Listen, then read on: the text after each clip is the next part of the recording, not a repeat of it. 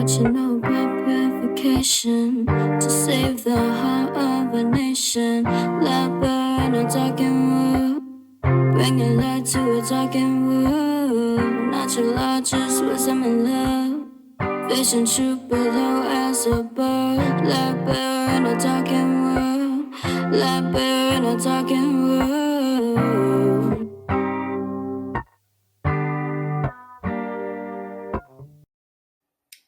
Welcome to the Affirm Life Daily Podcast. I'm your host, Cynthia Mitchell.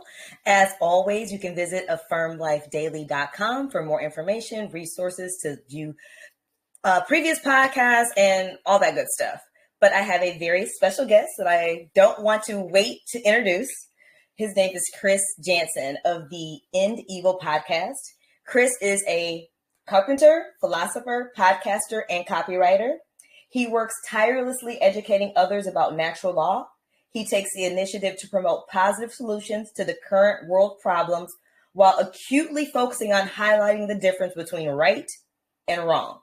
He teaches objective morality as a replacement for moral relativism. Chris is also a group facilitator, inspirational speaker, and motivational coach. You can learn more about Chris from his website, chrisjantzen.com or endevil.life. Welcome, Chris. Oh, I'm so glad to have you on. Thanks, Cynthia. Yes. The invite. It's good to be here. Yeah, I'm very excited about this because we're going to be talking about symbology and etymology. And I think, a lot of times they're overlooked how powerful they truly are. So I can't wait to dive deep in this because I know you are well versed.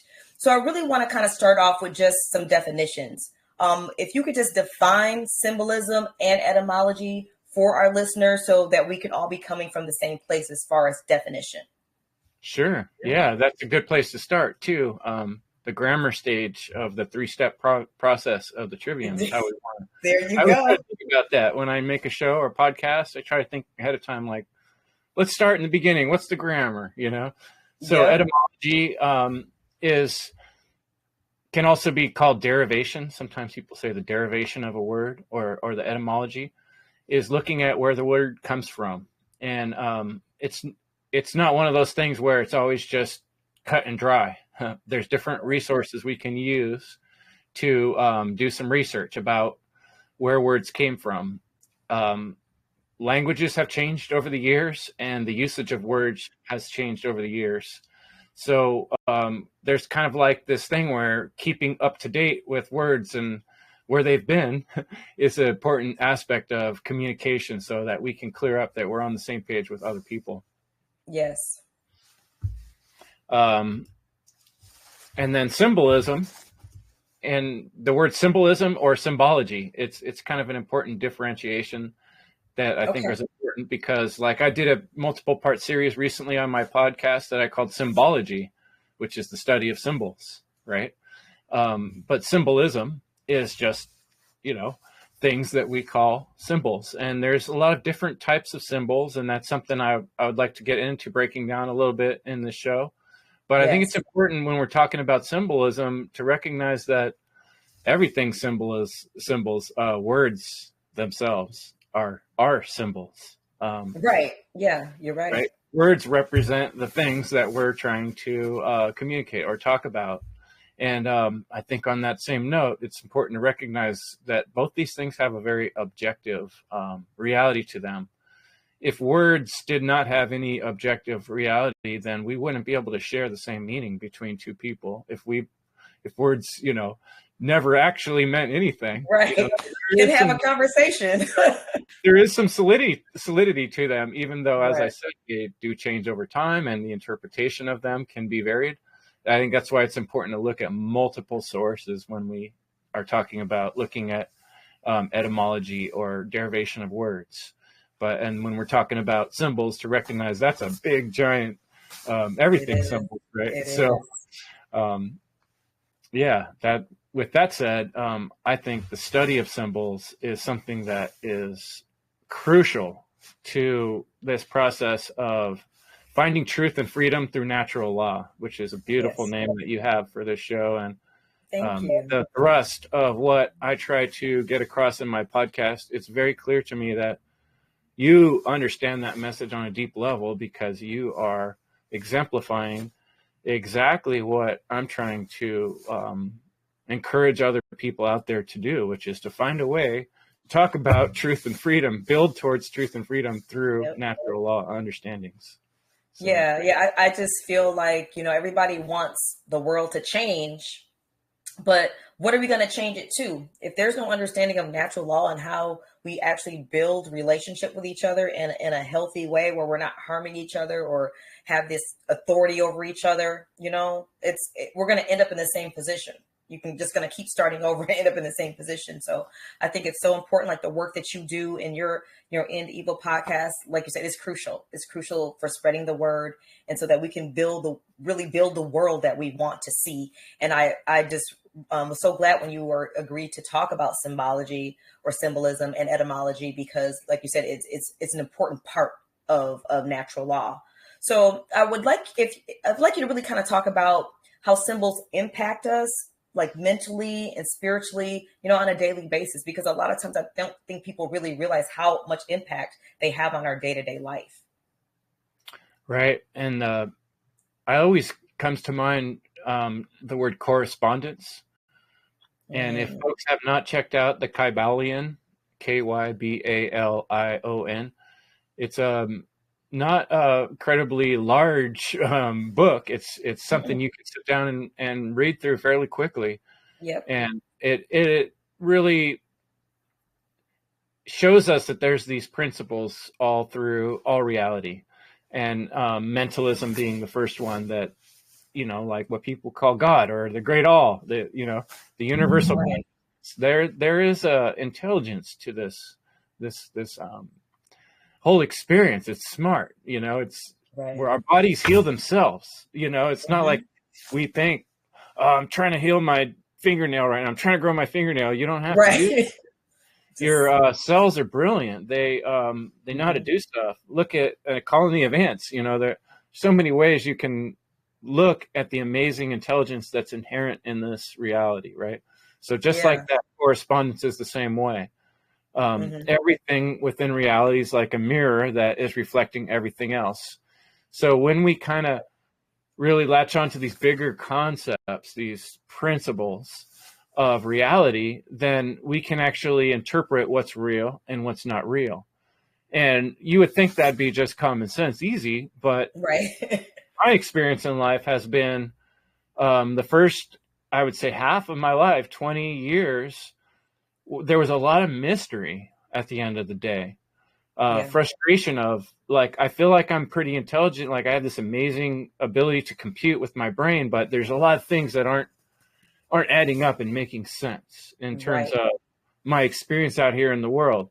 But then in the following 10 years after that, it all started to, as I did my own research and questioning process, now that I didn't have any authoritarian structure like directly on me the way it was in school or even with my parents, as sad as it was to lose both my parents, it did open up a world of self-responsibility for me, where I had to see the world through my own lens, and at that same time starting my own family in this world.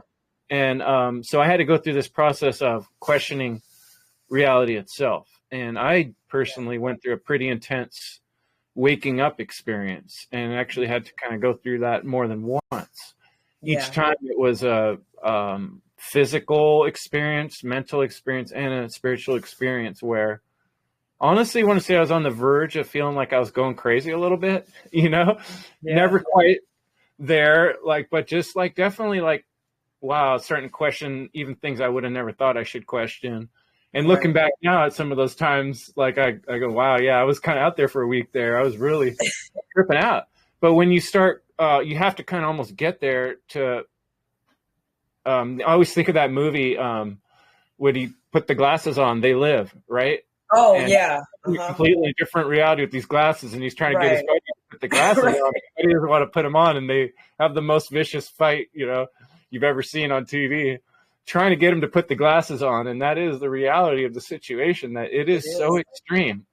The two worlds we live in are the same exact thing. It's very paradoxical, but one is totally inverted.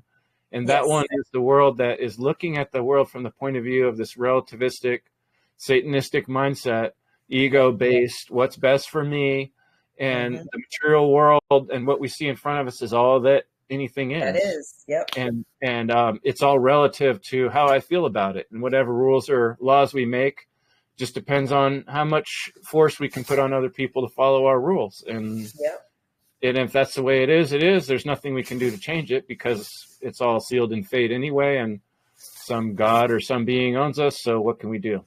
You know, that type of thinking has been solidified in the mind of all people for so long that it's really hard to crack that and to see what I'm talking about. But one of the tools that I've been hoping might help put some leverage on that is understanding symbolism better, starting to see the actual congruence in reality, the actual correspondence between things. Then it starts to like, wait a second, if that's true and that's true, then how can this be true? And when we ask ourselves these types of questions, the world opens to us for truth and freedom and natural law. That is very true. That was a great answer because, like I said, I don't think people really kind of look at that whole scope of the impact of this and the importance of studying it. So I'm really excited to learn from you about some of the symbols. What are some of the symbols that you wanted to discuss and kind of point out to us? I brought some visual aids to share. Okay, great. I have, I'd like to point people to a series I've done recently on the End Evil podcast. When you're done watching the show, next time you got some time, go check out the End Evil podcast. This was the Symbology episode, I think part 2. And I also did some roundtables on this where other content creators shared their thoughts on these topics. But when looking at symbology, there's some basic types of symbology that we can understand. Synonyms, imagery, metaphors, allegory, comparison, analogy, and simile. And, you know, I think taking things apart like this and looking at, like we were talking about with words and etymology, to find clarity, it really helps to break things down into some parts. So when I was going to talk about how do I study symbology, okay, what are the different types of symbology I might want to talk about? How well do I understand these terms and what they mean? So it was a good refresher for me to go through them and make a slide for each one. Yeah. And there's nothing like teaching that will more solidify something in your mind and help you learn something. So I really recommend people, you want to learn about words, teach people about words, and you will learn about words. Yes. I did one slide here about my favorite movie. My favorite all-time movie is Aliens. I thought that's what that was back there. I was like, that looks like Aliens. Yeah, and I thought, well, it's a good example of imagery, right? And imagery is one of the types of symbols that really affects us in today's modern world. Everybody's looking at these phones. Everybody's watching all the same movies. We've all seen the same cartoons. Everybody knows I've thought about this before, like, I could meet someone from another part of the world that speaks no English, and we could probably communicate using like Smurfs and TV shows because they probably recognize, you know, like those same things. You know, even someone from a very different culture from me probably understands the same TV shows that we watch. Yeah, like probably everyone around the world knows who the Simpsons are. Exactly. Right. I was talking to Derek about that. I know you interviewed Derek Bartolocelli. Yes. Awesome Derek guy is phenomenal. Out there in France. And he was saying, what tripped me out when I visited France was that it was hard to find French music. They listened to a lot of American music. Wow. I wanted to hear the French music, and I kept going through all the stations, and it was all American music. I was like, what's going on? But then, you know, so then it makes you realize, like, a lot of these people that don't even speak English are hearing these American songs. And so, anyway, the point more so was the power of imagery, right? Like, as soon as I flashed that image of aliens, your mind conjures up a whole bunch of things. You've seen that movie, right? And what you see in this picture, you're seeing the innocent little girl with the monster behind her, which represents what? Oh, this fear, this monster's Yes. gonna, and so it's bringing up feelings of fear and care inside of you. So visually descriptive and figurative language really affects our mindset. And I don't know if you have, but I've noticed so many times, I still watch some of these shows. At the end of the day, we want to kill a little bit of time. We do watch some Netflix. Oh yeah, I do here and there. I like certain shows and certain movies, and yeah, I feel like as long as you're in a certain mindset when you're watching it, yeah, I don't see anything wrong with it. Well, right, that's the important part of being conscious, right? Because right. even if you are conscious, we've watched quite a few violent shows, and then let's say it's a night where I'm having trouble sleeping, these scenes from the movies are still coming in my head, and I'm still feeling the emotions surrounding them, right? Yeah. Even if I'm conscious. So the power of imagery through the modern devices it's hard to describe, and I think it's really important to be conscious of the way it's affecting us. Even if we are conscious of the content, still there's this other aspect where we're performing a ritual with the people that are doing the killing on the show. We're ritually watching ritual murders and killing for entertainment. And that look at what does this one bring up, right? Right? The undead, right? How many times has that been plastered on everybody's brain and eyeballs over the past few years in different ways? They had I think 3 or 4 spinoff shows, and so it's it's a powerful metaphor too. Because what does it represent? Yeah, is like what Mark talked about, the undead. That's what they think of us, the ruling. Yep, exactly. So, and also the reality of what's happening when we're ignoring the truth and we don't, we're not willing to put on those glasses to see they live world, we're alive, but we're not really living because we're not engaged in the process of fighting for freedom, which is what we see in nature, that anything that's alive is natural to want to work towards its own freedom, and we're in a system that is enslaving us, and we're kind of keeping our eyes closed to that to an extent. All of us, even me, I'm talking about it openly, but how far am I going in the physical world? I'm only going so far. I'm only willing to make so many sacrifices. Right, because it can be, can cost you your life, when you go to a certain level with trying to, exit this system, right at this point, because we're just collectively, we're just not, not there yet, Right. So between two worlds almost. I mean, I want to shake more people awake and, tell them that. What I've realized is that we can't force people to realize things. And there is even a limit to the resources we have available. But I do enjoy breaking these things down. And, I won't go through all the details of each of these slides, but I just kind of wanted to give people an idea of if you really want to understand symbolism, it does take some time, and there's a lot to look at and think about. And you can take apart all these different types of comparing things and look at, this is a good one about the major topic we're talking about, the world we're in with all these religions of governments. There isn't much difference than the fervor you see at a religious event or the fervor you see at a political event.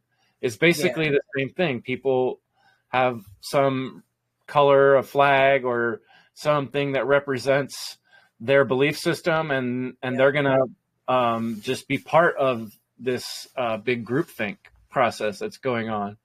And anyone who's not a part of that group is evil. They're bad. They're going to hell. It's the parallels between the two are, they're very stark. I mean, you can see it. The parallels are there. You know what I mean? Because it's just another religion. Politics is just another religion that they've created to divide and conquer. It may be even a more powerful religion than, the traditional religions that we think of, like, Catholicism and Christianity and those type of things. It may be even more powerful than that at this point. Well, I do. I mean, I think there's been a progression of different ways to control the minds of the masses over, millennia, right? Like there's been a lot of iterations of ways some groups or people have tried to control the rest of the people, and some ways have proved to work better than others. And the more subtle type of control seems to be working really well, in that people aren't seeing it for what it is. They're not seeing that they're being put in slavery. And when we say slavery, they're thinking of something else that was, just slightly worse version of what we're experiencing now. And more often than not, we're talking to people that are able to live in such a place that are even able to hear such things, where there is a huge percentage of people in the world that actually are in literally bonds or don't have access to these type of technologies because they're not as wealthy, or they were born into a situation where they never had an opportunity. Right. So anyway, I don't know if I'm getting off topic, but I'll just go through these last couple slides I got open here. Analogy, right?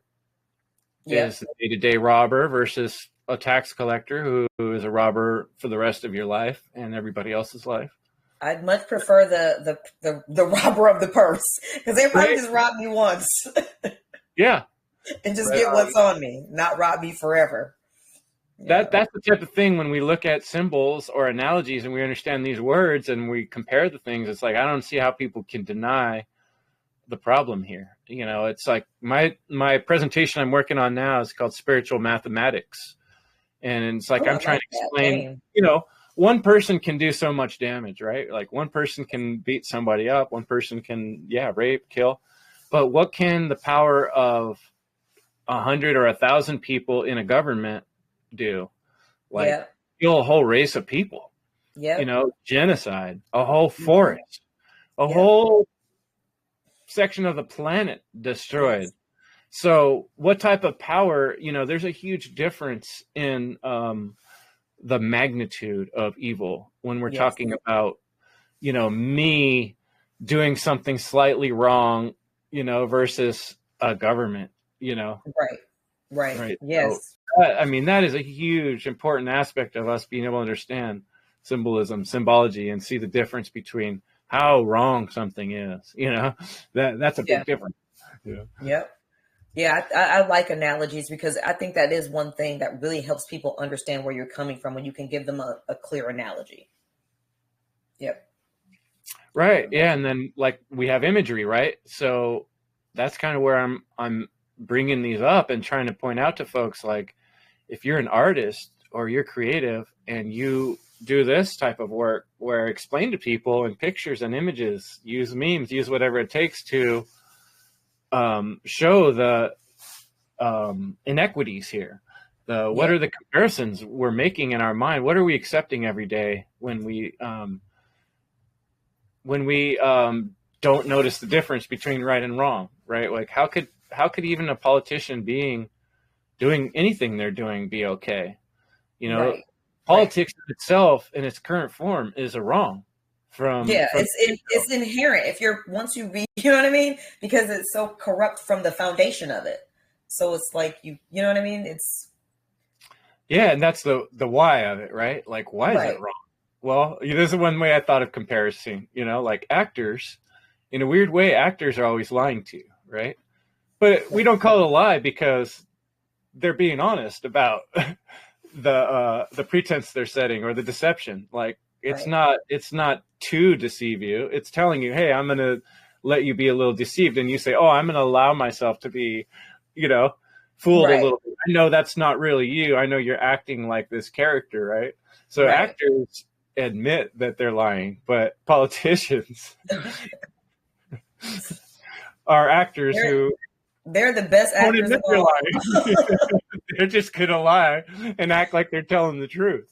How wrong is that? You know what I mean? It's inherent in their job that they're going to lie to you, because the whole idea is to say that, oh, we can make some rule and we can make something right. But you can't.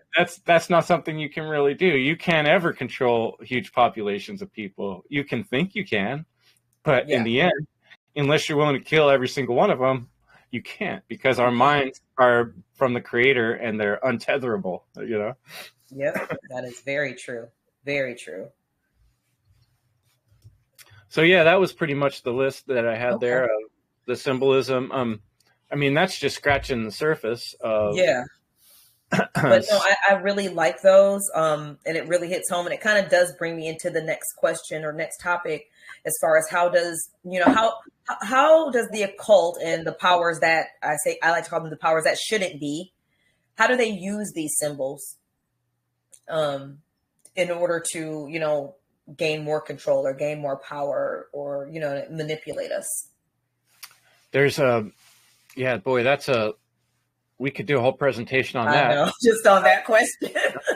I like that question though, because it's in so many ways, in so many subtle ways, it's through everything, right?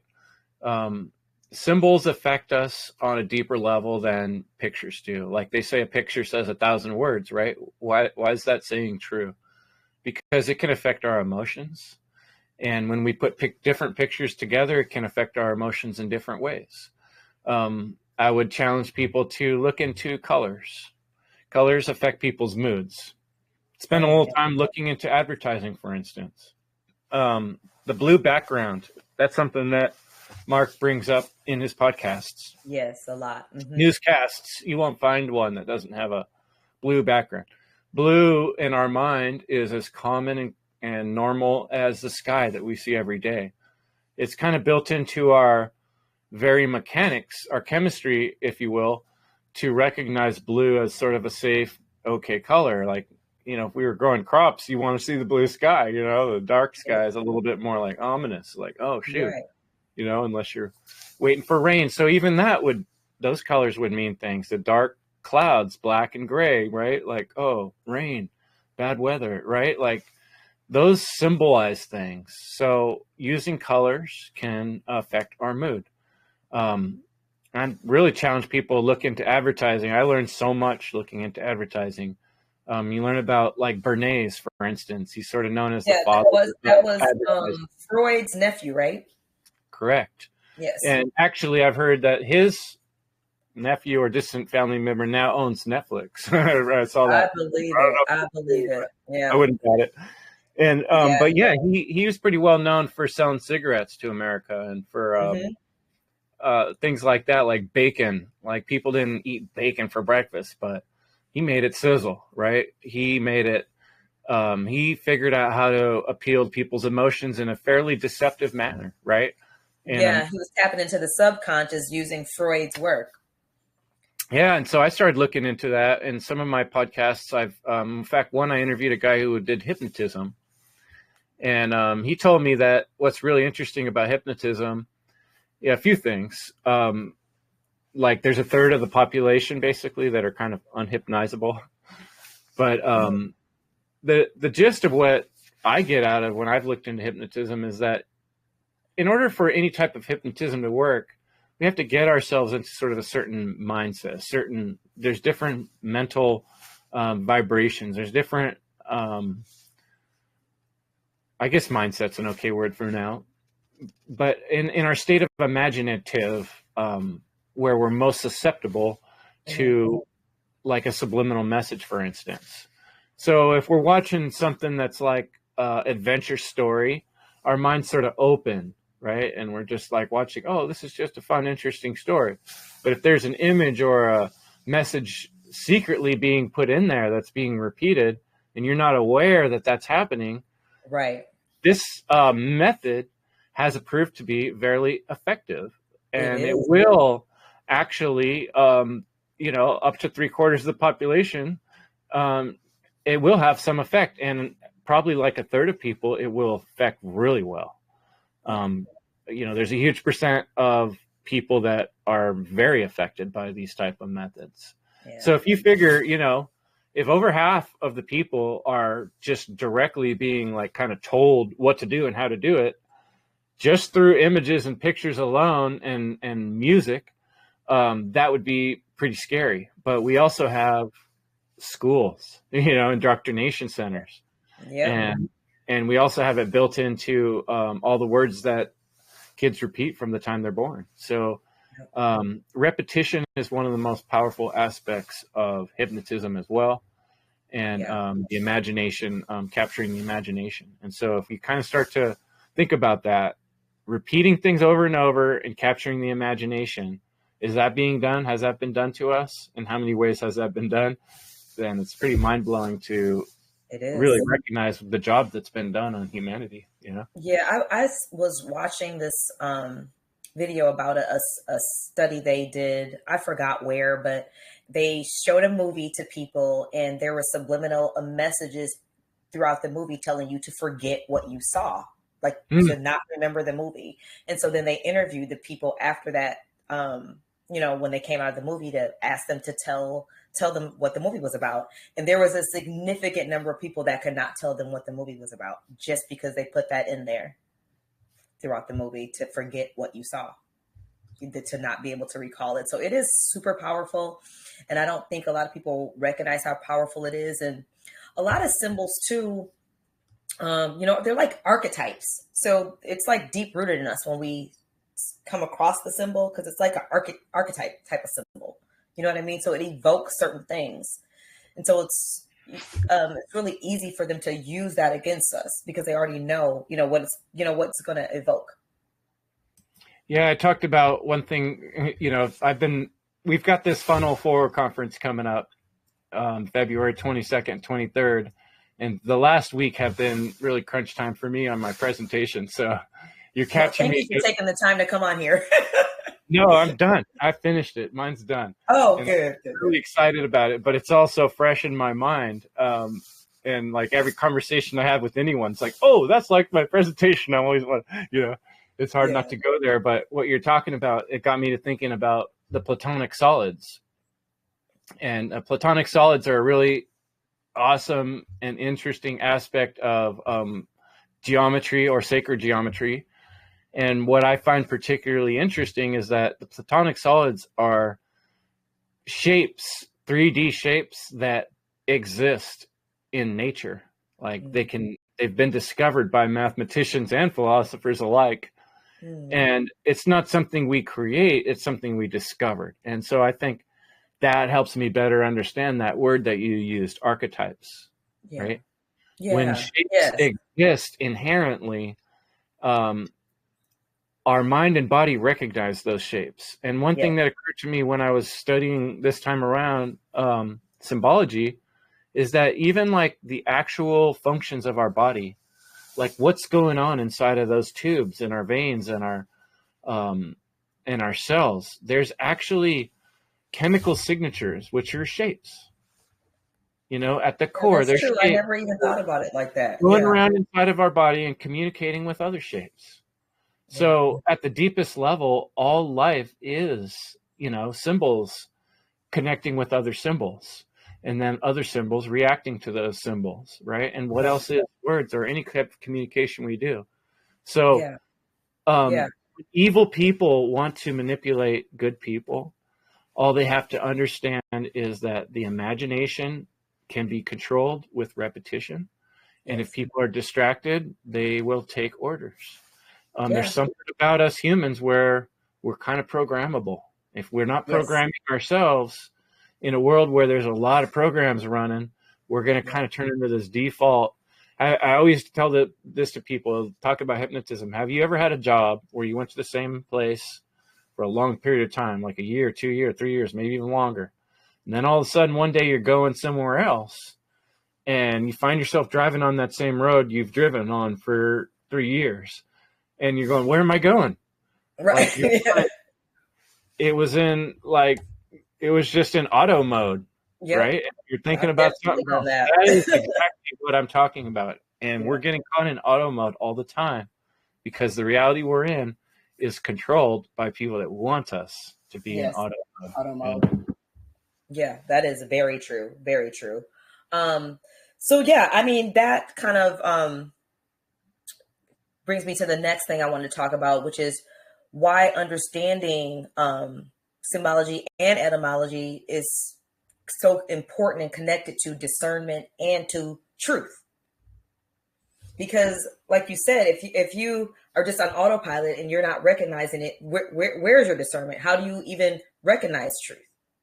Because you're just kind of programmed by all these symbols all day. And if you don't and then they're using the words, which are also symbols, and we don't understand the etymology behind the word.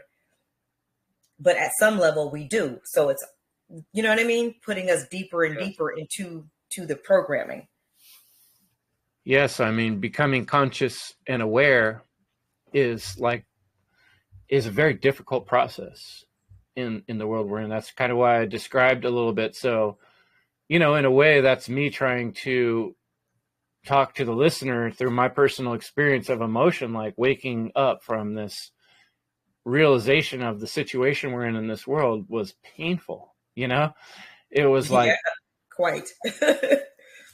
it was like crawling out of a rock in a hard place and getting scraped the whole way, having to, like the guy who had to cut his own hand off, it felt like that, I had to sever a lot of my past preconceptions. But here I got something I brought that, let me see if I can bring this. We did an episode with the One Great Work Warriors called Finding Clarity, Words and Etymology. And I made this slide, and this is actually from the Bible. Oh, okay. John Some great 1. stuff in there. There is, especially the red words. But this is John 1, and it says, "The Word became flesh. In the beginning was the Word, and the Word was God, and the Word was God. He was with God in the beginning. Through him all things were made. Without him nothing was made that has been made." And so that little saying right there, the reason I really like that is because, to me, it symbolizes something that's very true about our reality. If you don't say something, if you don't put something into this world, it doesn't get said and it doesn't get done.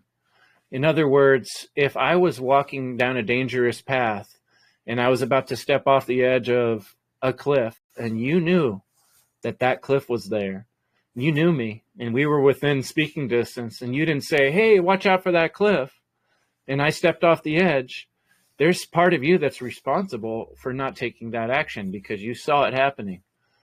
But when you push your word into the world and you said, "Hey, watch out for that cliff," and I went, "Whoa, thanks for telling me that," you then made that reality real, right? Another way I like to describe it is, let's say, Cynthia, you made an appointment to hang out with me today for doing this podcast. "Oh, Chris, let's do it Wednesday, February 5th at 4 p.m.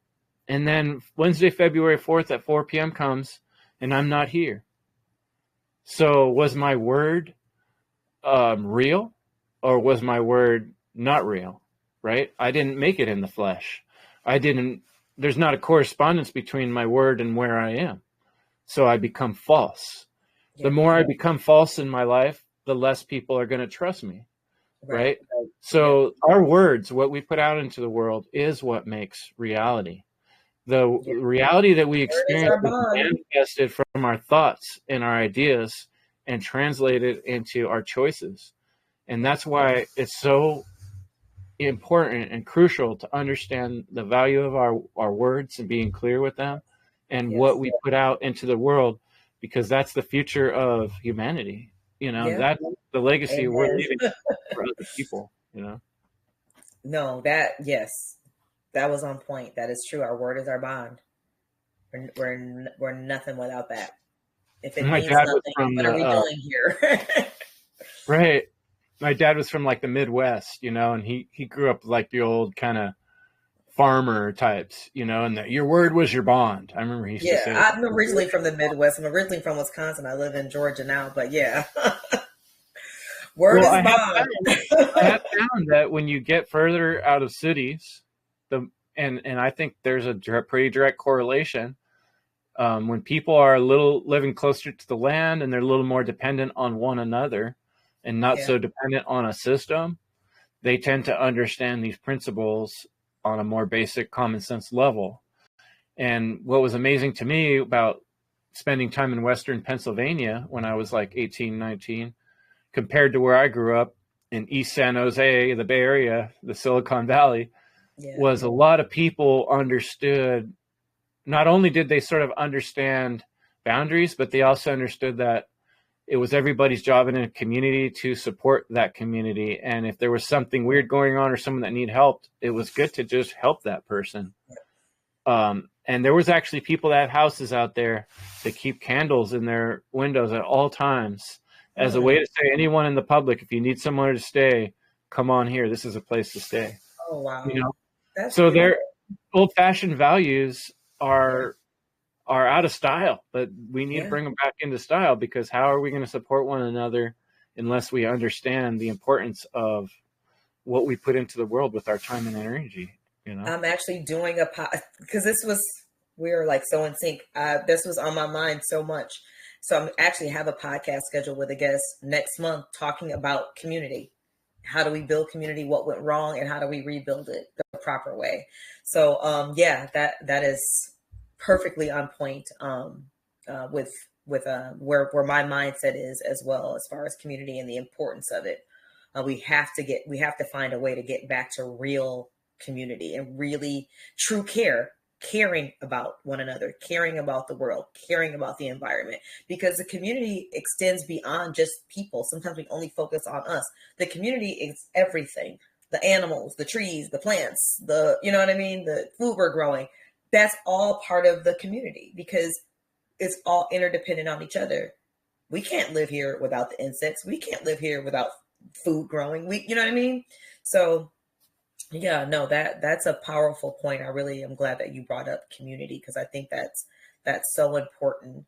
And a lot of the things that they do with the symbolism and the mind control has just destroyed our whole concept of community. Yeah, it's broken down our trust. Yes. Yeah, no one trusts anyone else. Trust is integral to having any type of relationship, right? And how do we build trust, right? Like, we have to have good communication. Communication and trust are, two parts of the same thing. One builds the other. This is something I've learned. So I think, when we're talking about our words, it's important to ask these questions to yourself. Like, what good are your words doing? Yes. Right?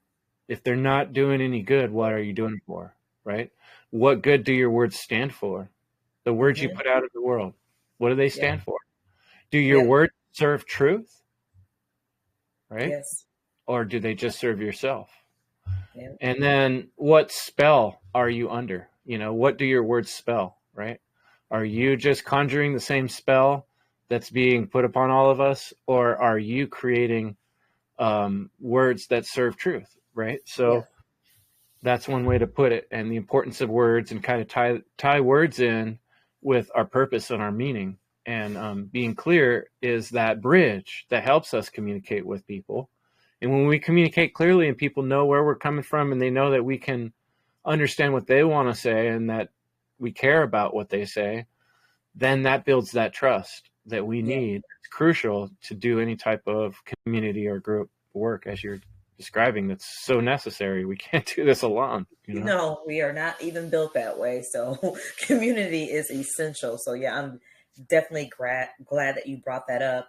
Because the last thing I wanted to kind of talk about was, how does symbolism and etymology relate to natural law? And I think that's one of the main ways it relates, is if we are aware of what they are doing, and then how to properly incorporate symbols and get an understanding of their meanings and of the etymology of different words. I think that's going to make a huge impact on us being able to not just grasp the concept of natural law, but to implement it into actual action in our daily lives, to implement it and bring it into true care. Yeah. And making something real is in so many ways where we focus, right? Because I think where people struggle with, I've thought a lot about this, objectivity versus subjectivity. And I've been in many disagreements with folks about this. And that disagreement is the crux of my spiritual mathematics presentation that I'm presenting for Funnel 4. And, the heart of that is recognizing like you're saying, that natural law is an inherent binding principle. The words we're putting together, natural law, are a way for us to communicate that concept, right? And some people are going to say, oh, I don't recognize that concept. I don't believe that that concept exists. And what we're saying is that it doesn't matter whether you believe it or not, we recognize it, and that's what we're talking about, you know? So it has to be discovered by the individual and understood by the individual, right? There is always going to be this aspect to the fact that we are subjective beings. We are experiencing this life through our own lens. Right. So there is some subjectivity to everything that we think about or say or do. I understand what people are getting at with that, and that there, you know, conditions aren't always going to be the same in different places, which is exactly the reason why we can't have one size fits all rules or one size fits all rulership, because every situation and condition is always going to be infinitely different. And nature, just like the Mandelbrot set, has infinite complexity, and it goes from chaos to order, depending on your context, whether you're zooming in or out, you know? So, I don't know if I answered your question. No, you did. And yeah, a lot of people do struggle, I think, with just the concept alone of natural law, let alone living by natural law, just the concept of it. And again, I think, like, what does that mean, right? Yeah, if they start looking at the etymology of both words separately and then putting them together, I think that could help them get a better, clearer understanding of what it really means and how powerful of that it is, how powerful the concept of natural law is, and how inherent it is to existence itself, you know? Sometimes I say everything we do matters, you know, as a way to kind of bridge the gap when I'm talking to someone and I feel like they're stumped by the concept of natural law. Everything we do matters, so that it's not like, you know, in certain religions and belief structures through time, people have thought like fate, like everything's already decided and we're just like actors acting it out, right? And I would say, well, if you're thinking that way and it turns out you're wrong, then you're doing all these things in life that turned out they really mattered and they really affected a lot of other life besides just you. And that somewhere in this existence, there's going to be an accountability to that. And you were living as if that were not true. That's going to be a hard pill to swallow when you come to that realization that, oh, shoot, every little thing I did, I'm accountable for. Yep. Right. And so cause and effect is always an effect. That's basically what I'm saying, that reality is morality. It's morality in we're experiencing it in the physical form. It exists in a form that doesn't need to be physical. It does, absolutely. But this is like an amazing experience we're getting to like kind of go through to see, well, how does morality work out on the physical plane? Yes. And so we get to do things, and then we get to see what happens because we did those things. Yeah. And it's not just one person's video game. You know, it's not like it's just Chris' world and Cynthia's just a made up bot in my world. Everybody likes to throw around NPC pretty freely these days. So it's just like, it's an excuse, I think. Yeah. I think it's sort of a justification to say, like, if you make up those type of theories, it makes you feel better about not being accountable for everything you do in life. But, you know, I'm just saying, what if that's not true? What if you are accountable for everything in life? Then natural law would represent that concept, that there is a law that's binding and built in and inherent, and it applies to all human consciousness, that the things we do will affect the outcome that we all experience. Right. Yeah. No, I agree with you 100%. I do want to open it up if anyone has any questions or comments, because this has been, you know, a very, very deep conversation. So I'm sure I've sparked something in someone's brain out there. This has been amazing. How y'all doing? Thank you. No, absolutely. Peace, Chris. Man, because you hit on three different things that I want to bring up, but I'm gonna try to bring up one that encompasses all three. Um, I was talking via text message. I have a text thread with like 6 or 7 family members, yeah, and there there are 2 or 3 that are very locked in to NPC belief systems, if you will, Okay.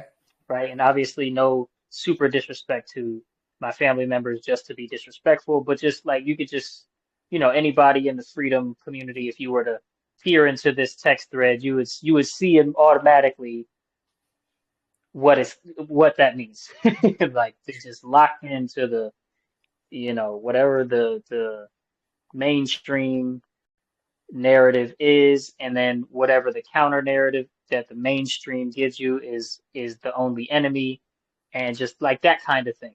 You Yeah. feel what I'm saying? Mm-hmm.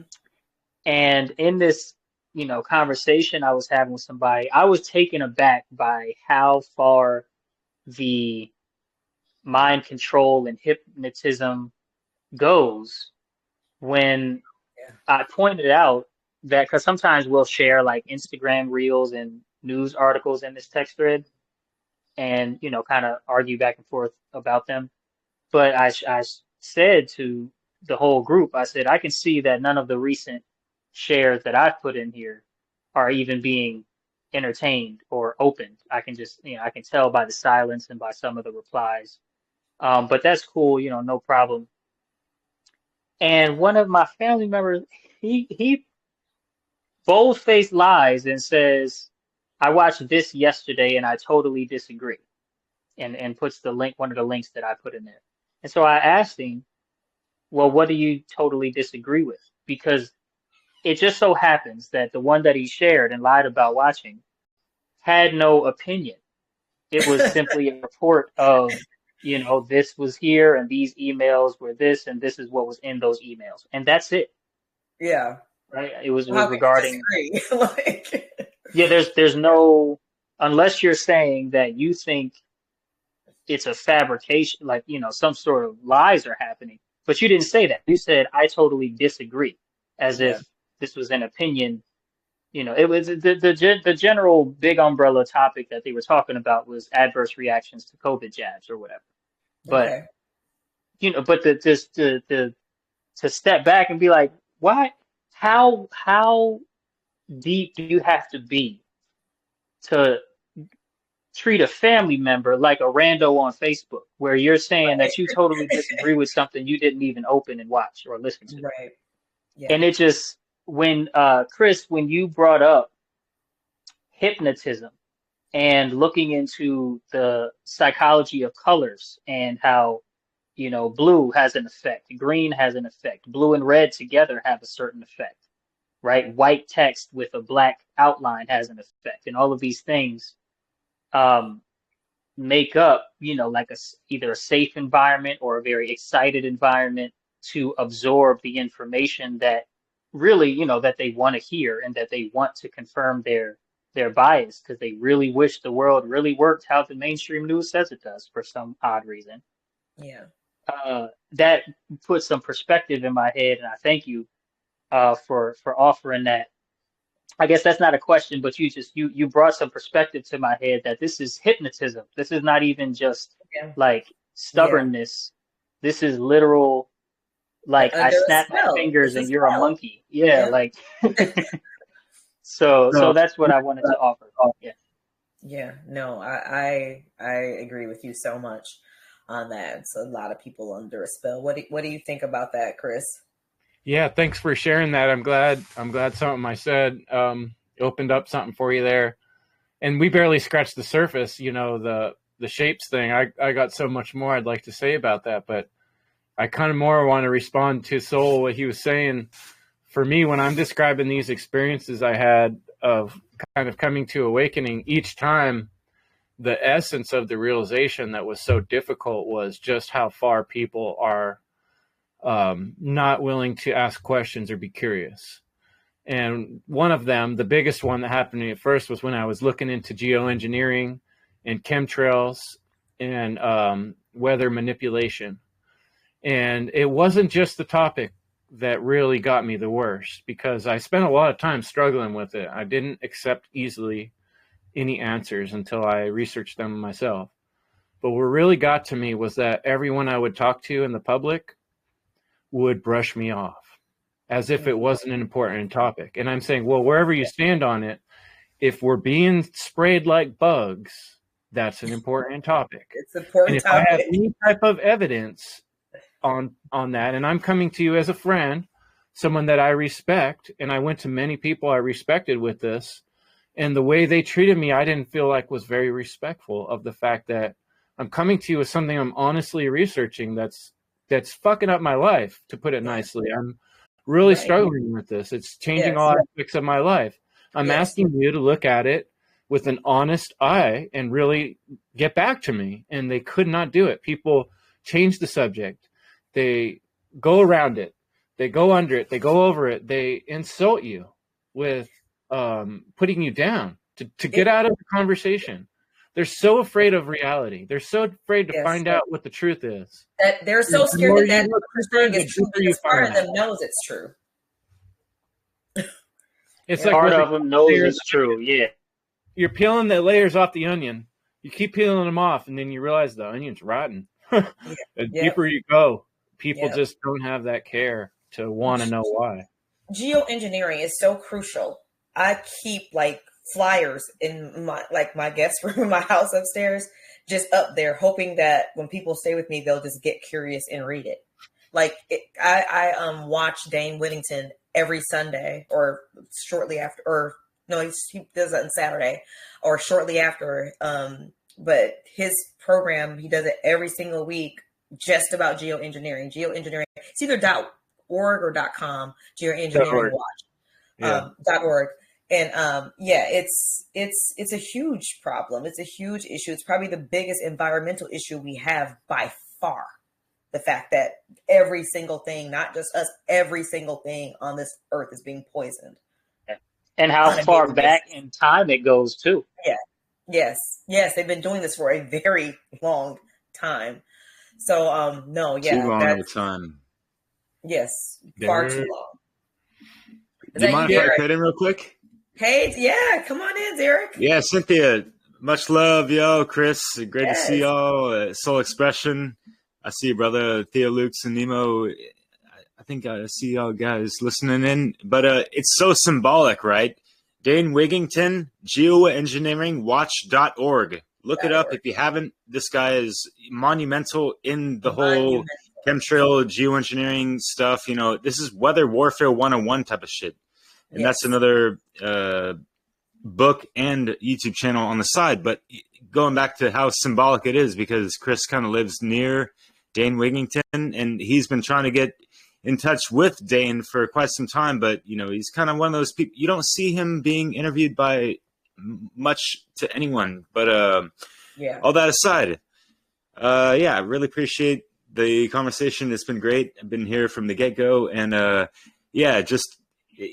appreciate the shout out. And y'all mentioned The Simpsons, and I think Chris, I get like this sometimes too. You go on these tangents and stuff, and I don't know if you had in your mind, you talk about Simpsons, and you know me being out in France, like me watching The Simpsons in French helped me learn the language so much. And like, yeah.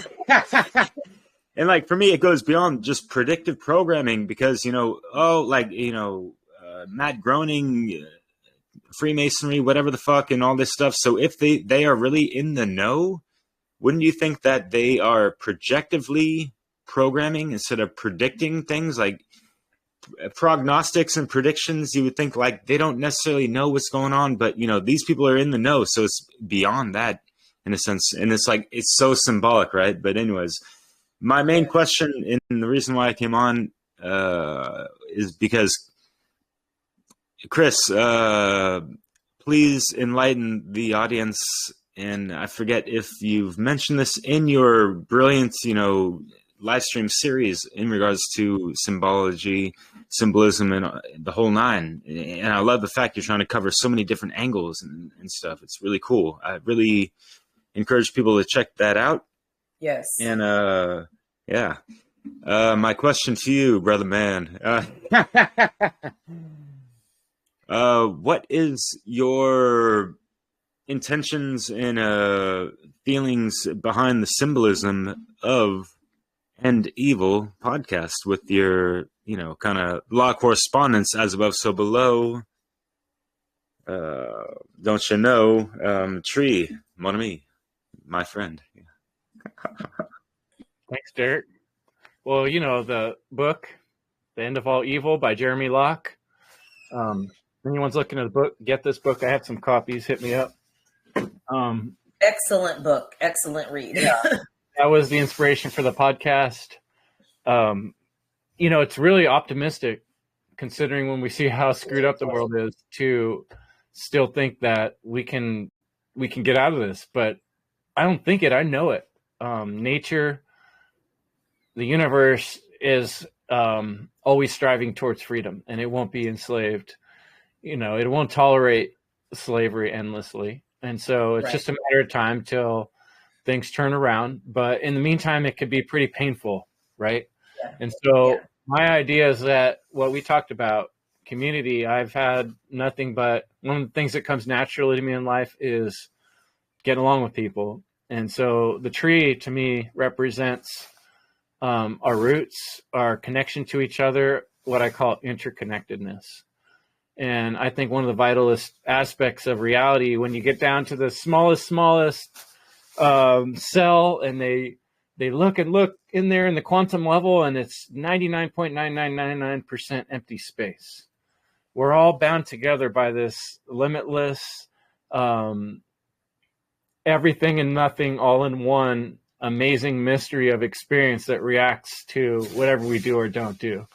But we're all part of it, and it's part of us.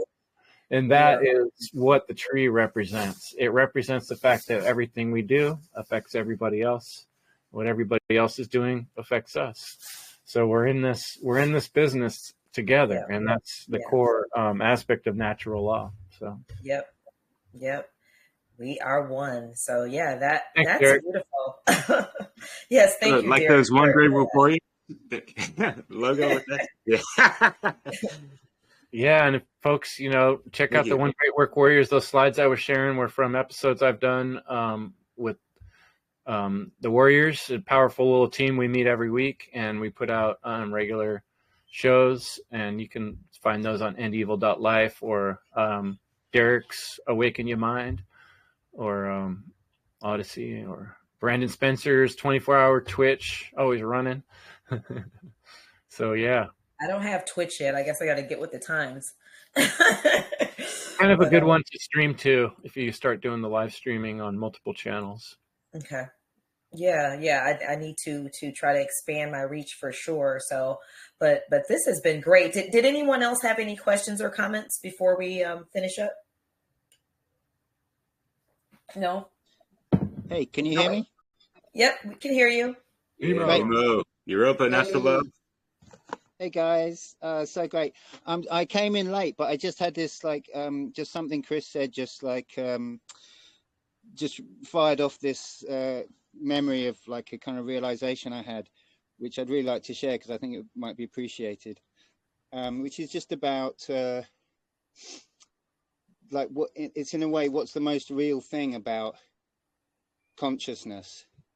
We're used to thinking that matter is real, and this is the real reality, right? But when actually it's the other way around. It's like spirit is the most real and matter is the most ephemeral, right? Yeah, it's an illusion. Matter is what they say, but a very persistent one. yeah, exactly. But beyond this, there's always the actual reality. I don't know. It's something something Chris said just kind of fired that off of me. So I just thought I'd throw that into the mix. But it's great to have you guys on, not so late in the at night over here, because normally your streams are always yeah. So, yeah. Well, I'm glad you could join us, and I'm glad that we had some great comments and questions as well. And thank you so much. Please, Chris, tell everyone again where they can find you. Sure. Yeah, and that was Nemo. Check out Europa Natural Law. They're doing some great work over there too. And appreciated being part of one of their recent chats. But I really want to send people right now more than anything to freedomundernaturallaw.com. That's where I'm putting most of the energy for the next few weeks here. And you can also check out my work on endevil.life. But yeah, check out freedomundernaturallaw.com. There's a replays tab with the last 3. You can find all the links to the last 3 in each speaker's presentation. There's a donate link. We could use some help. It's all just being funded by our own hard work and time and energy. Can you give me that one more time? freedomundernaturallaw.com. Okay. Because I'll put that link with your, when I post this video, I'll put that link underneath. Thank you. Fantastic. Yeah, absolutely. Absolutely. We have to support one another in this because it takes all of us. It takes every willing person that has this knowledge and this information to speak. Just how you were talking about how powerful words are. They are extremely powerful. Our actions are extremely powerful. We are the creators of our reality. So if we want to create something different, we got to get more people on board. We have to have a collective. We have to have a community like we talked about. So I thank you so much for all the work you do. I thank you so much for coming on my podcast. And as always, I invite you to check out the website, affirmlifedaily.com. There's tons of great videos. There's a resource page with some of everything on it, resources to books, videos, documentaries, services, products. So check it out. There's affirmations on there, and subscribe to the newsletter. Help spread the word. We all have to help spread the word with each other's work. That's how we get this done, one person at a time, opening up one mind at a time. So thank you so much. Is there anything else you wanted to say, Chris? Oh, fantastic. Thanks, Cynthia. Thanks, Cynthia. Yeah, spread your words are seeds, and the seeds grow the trees. Yes, plant those seeds. So let's work on it. Much love, all. Thank you. Absolutely. Well, everyone have a wonderful night, and thank you so much for joining me. And like I said, I'll post all of his links with the podcast once I get it up on the website and on YouTube. Other than that, love, grace, and gratitude. Have a great evening. Thank you. Thanks.